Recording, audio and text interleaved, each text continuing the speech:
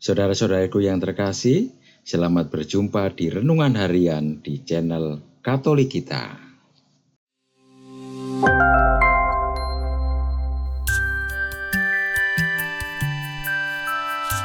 Hari ini, Selasa, 1 April 2025, Pekan keempat Prapaskah.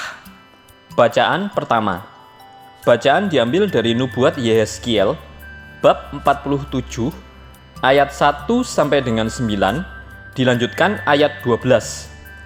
Kata Nabi, seorang malaikat membawa aku ke pintu bait suci, dan sungguh ada air keluar dari bawah ambang pintu bait suci dan mengalir menuju ke timur, sebab bait suci juga menghadap ke timur. Air itu mengalir dari bawah bagian samping kanan dari bait suci, sebelah selatan mezbah.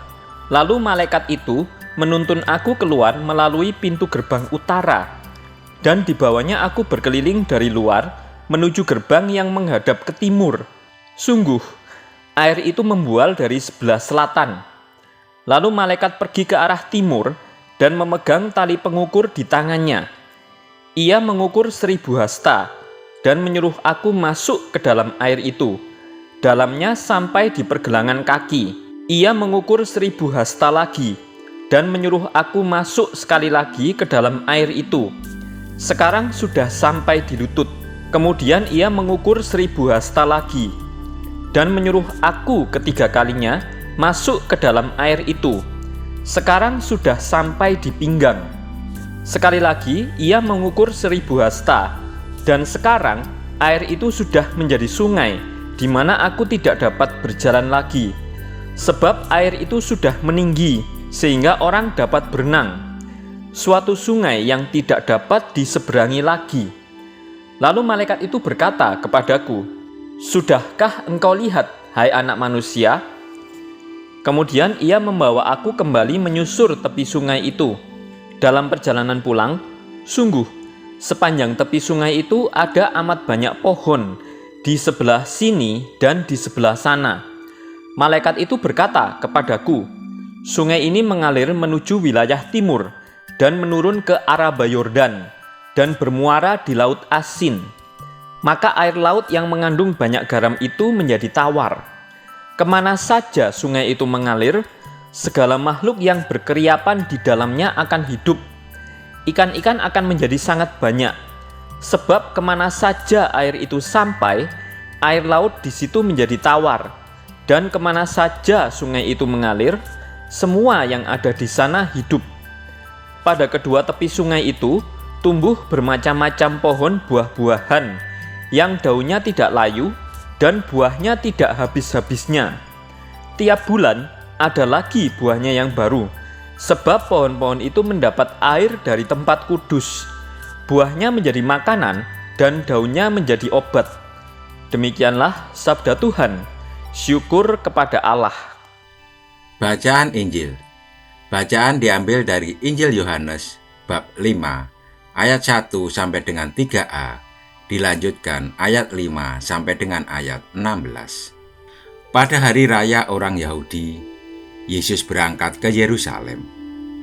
Di Yerusalem dekat pintu gerbang domba ada sebuah kolam yang dalam bahasa Ibrani disebut Bethesda. Ada 5 serambinya, dan di serambi-serambi itu berbaring sejumlah besar orang sakit, orang-orang buta, orang-orang timpang, dan orang-orang lumpuh. Di situ ada seorang yang sudah 38 tahun lamanya sakit. Ketika Yesus melihat orang itu berbaring di situ, dan karena ia tahu bahwa ia telah lama dalam keadaan itu, berkatalah ia kepadanya, "Maukah engkau sembuh?" Jawab orang sakit itu kepadanya, "Tuan, aku tidak punya siapa-siapa untuk menurunkan aku ke dalam kolam itu ketika air mulai terguncang.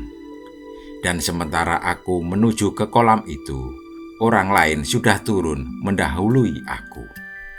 Kata Yesus kepadanya, "Bangunlah, angkatlah tikarmu dan berjalanlah."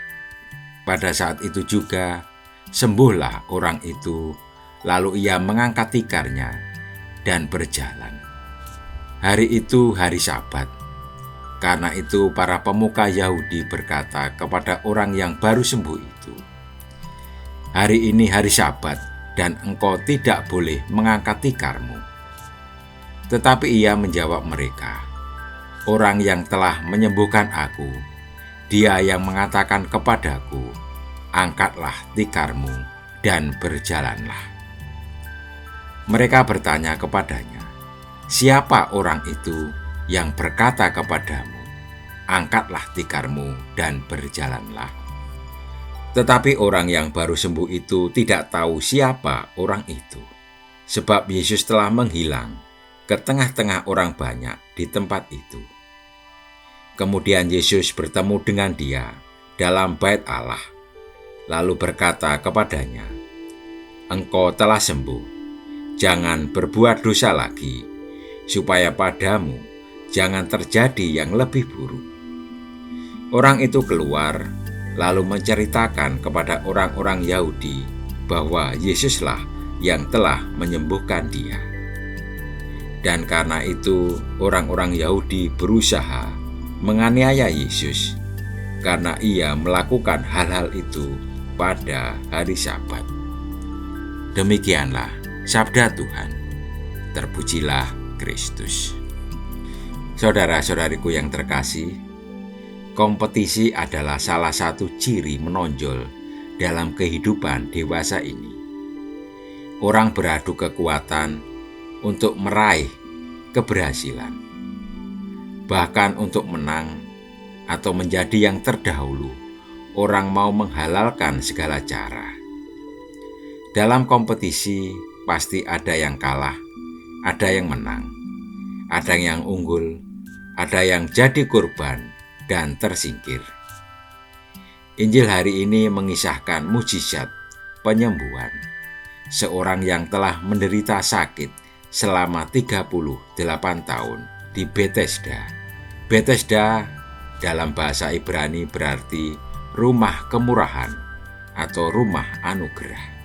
Penginjil menggambarkan besarnya rumah ini dengan menyebut serambinya yang berjumlah 5. Di sana datang banyak orang sakit, mengharapkan kemurahan dan anugerah Allah. Namun justru di tempat yang seharusnya menjadi tempat anugerah, terjadi ironi. Ada yang sudah 38 tahun sakit dan berharap mendapat anugerah kesembuhan, justru tidak memperoleh karena tidak ada yang menolong. Ada banyak alasan orang untuk menolong. Mungkin karena keterbatasan, bisa karena situasi yang sulit, tetapi ada juga yang tidak menolong karena memang tidak mau peduli pada penderitaan orang lain.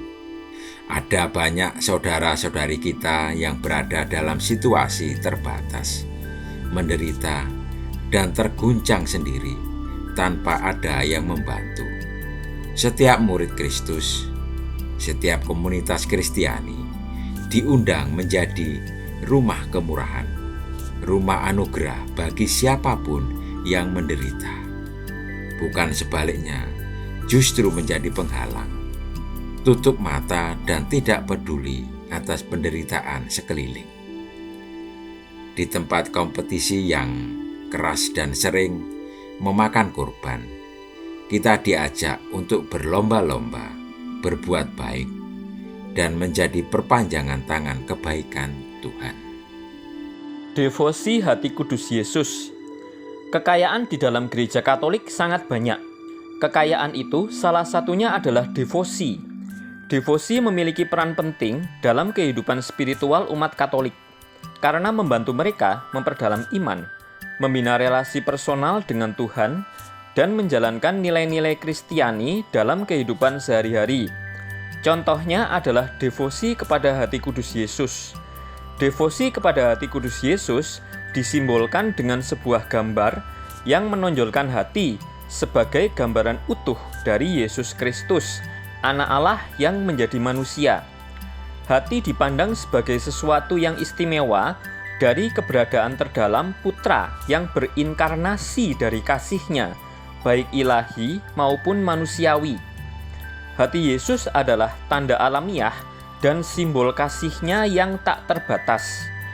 Devosi ini tidak dapat mengalihkan perhatian atau memisahkan kita dari Yesus dan kasih-Nya.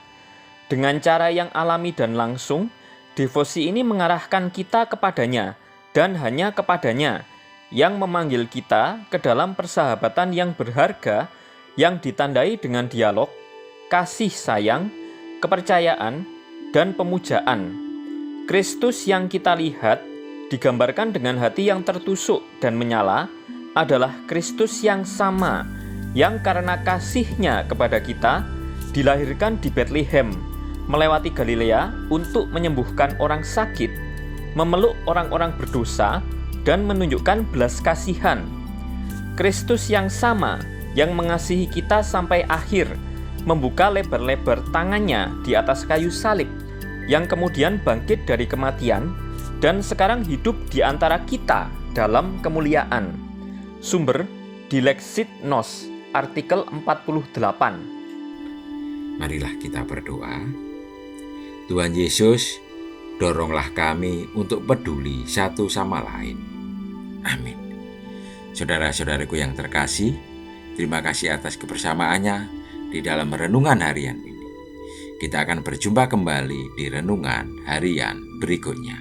Berkah dalam.